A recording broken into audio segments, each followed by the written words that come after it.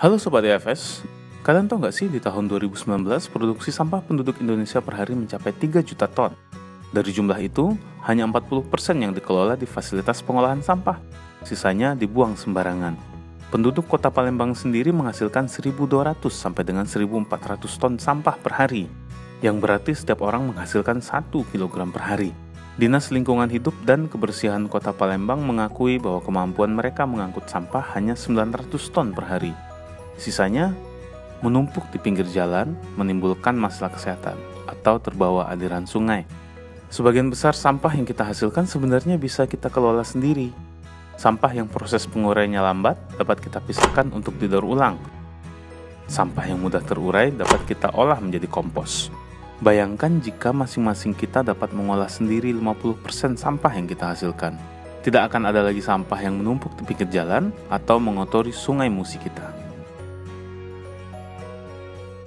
Berbicara mengenai usaha mengurangi produksi sampah, sejak awal tahun 2020, Balai Diklat Keuangan Palembang punya sistem sendiri. Namanya Inovasi Komposter BDK Palembang, disingkat Sikumbang.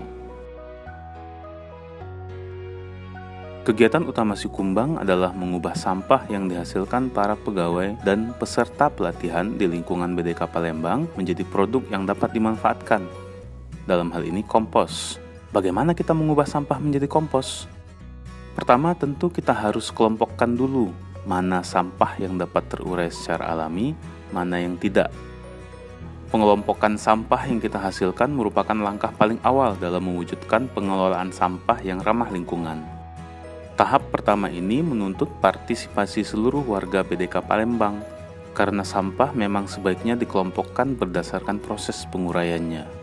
Sisa-sisa makanan dan kulit buah misalnya merupakan sampah organik. Pastikan ia dibuang ke tempat sampah organik.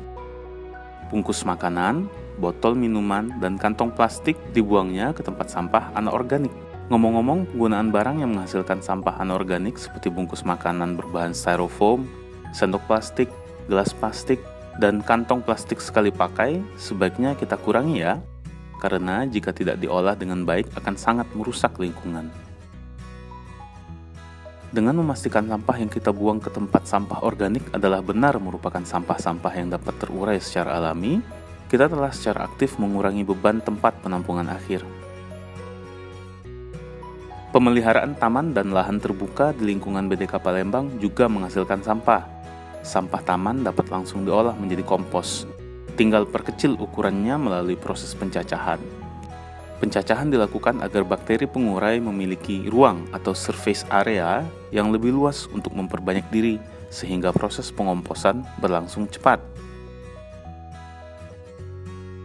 Lalu bagaimana perlakuan terhadap sampah sisa makanan dan sampah taman ini di dalam Sikumbang?